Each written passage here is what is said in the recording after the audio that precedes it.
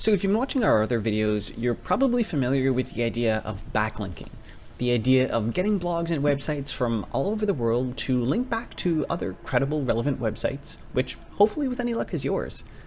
Now, implementing that comes in a lot of different fashions, but on the website level, you're going to be looking at a link tag. So a link tag is a piece of HTML code that ultimately goes onto a website and points to another external source or a resource. That can be externally to another website or perhaps internally to another page of your own.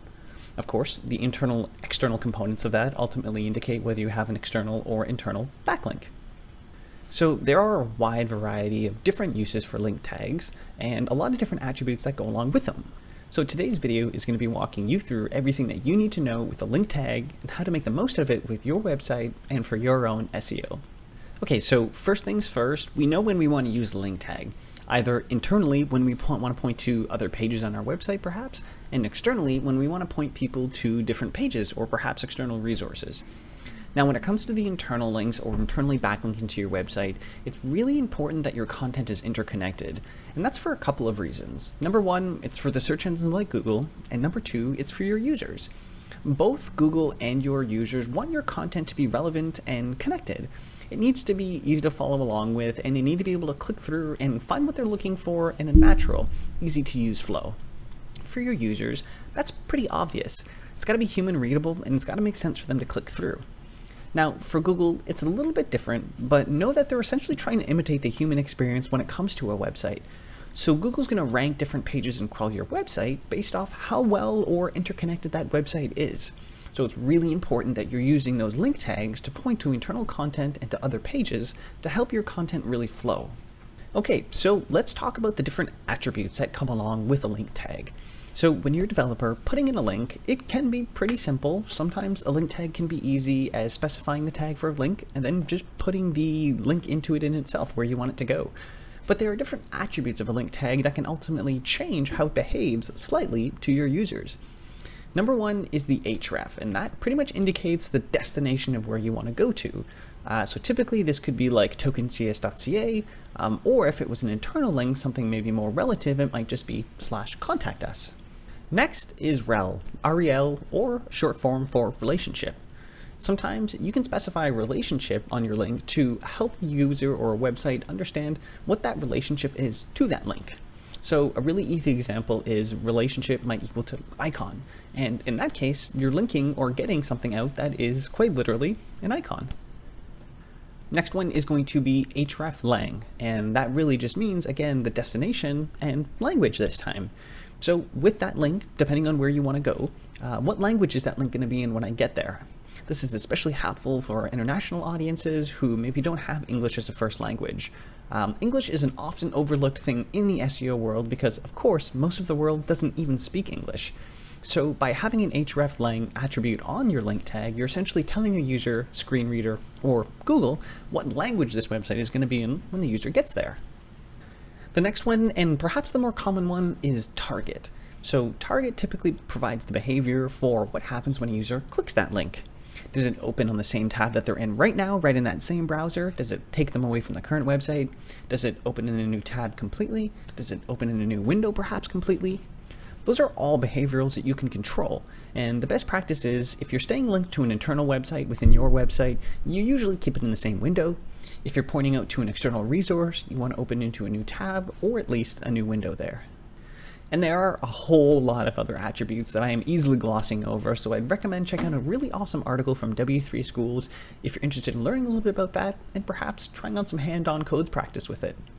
So again, why HTML link tags? Well, for the most part, search engines will look for those types of links as a sign of relevance and credibility when it comes to your website. They're going to look for that as a vote of confidence to know that you're pointing out to other helpful resources, but more importantly, that those other helpful things are coming back to you.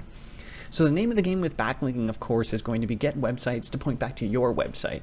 And the more backlinks you can generate, or the more unique domains that you can get pointing to your website, that's a sign of trust and credibility with Google, which is a really good thing and ultimately what search engine optimization is all about. And remember that when you're working on your backlink strategy, that it's very, very important that all of your websites and your web pages link to each other.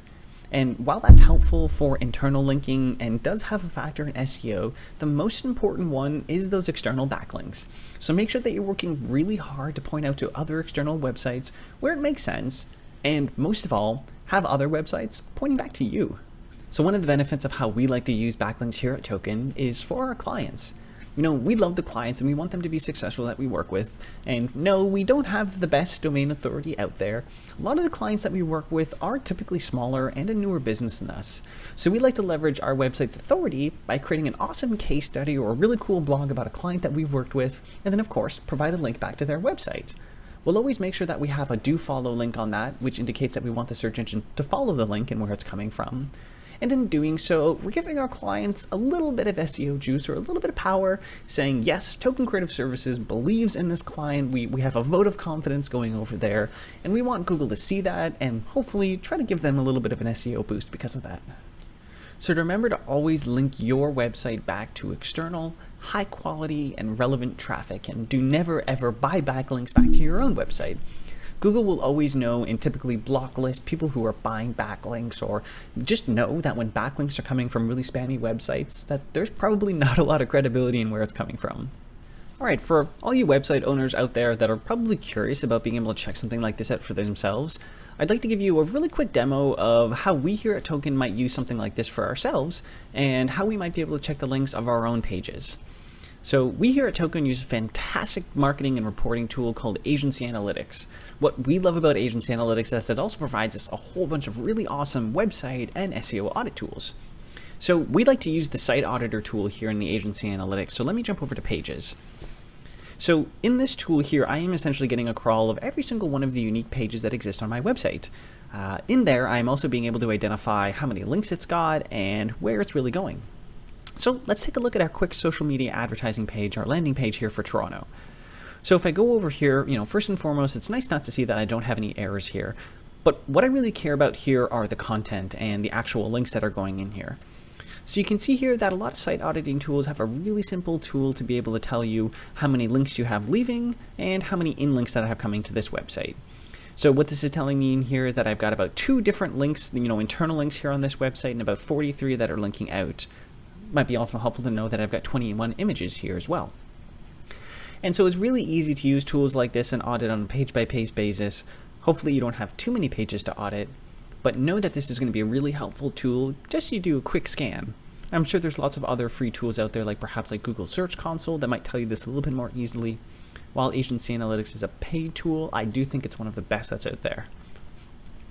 Now, similarly in the concept of just linking here, it's important to understand and try to identify how you're doing for links just in general. So just on another tool here, integration, the Majestic integration with Agency Analytics, we here at Token like to use this to help sort of identify and just monitor month over month how our backlink strategy is doing and ultimately how our trust and citation flows are growing. So we use this tool here to identify our overall backlinks and how we're doing month over month. So you can see here that I've got 2,053 backlinks for our website, which definitely isn't a lot, but that's still a number that we're pretty proud of.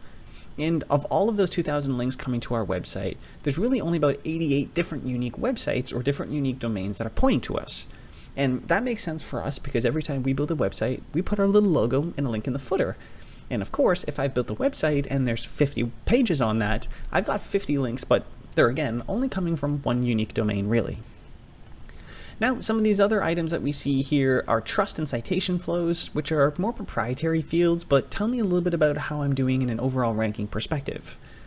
The follow links is helpful too, because I want to understand how many links are do follow versus don't follow links. And then for us, we use a lot of images for our links, but you can see here, you can try to identify at least how many of the links coming to your website are text versus image or anything else there. And then of course, depending on what the links are saying or what domain that they're going to, you can start to see some additional information here. Now, this is pretty high level stuff and you can lose or grow quite a number of backlinks in any given month. So don't hold this as the single source of truth for how you're doing, but often I audit and identify this because it's important to know as a business owner and as a website owner how you're stacking up against your competition. So in case I still need to say this, hyperlinking is a hugely vital, important part of any sound SEO strategy, both internally and externally. So if you're not confident about how you're doing, or you're not even sure how to check your website, please reach out to the Token team and myself. We'd be happy to give you a free SEO audit and perhaps even give you some free tips about how you can get started with your own type of backlink strategy, or just seeing how you're doing internally backlinking. My name is Jordan Snyder. Thanks for watching our latest SEO 101 video. We'll see you in the next video.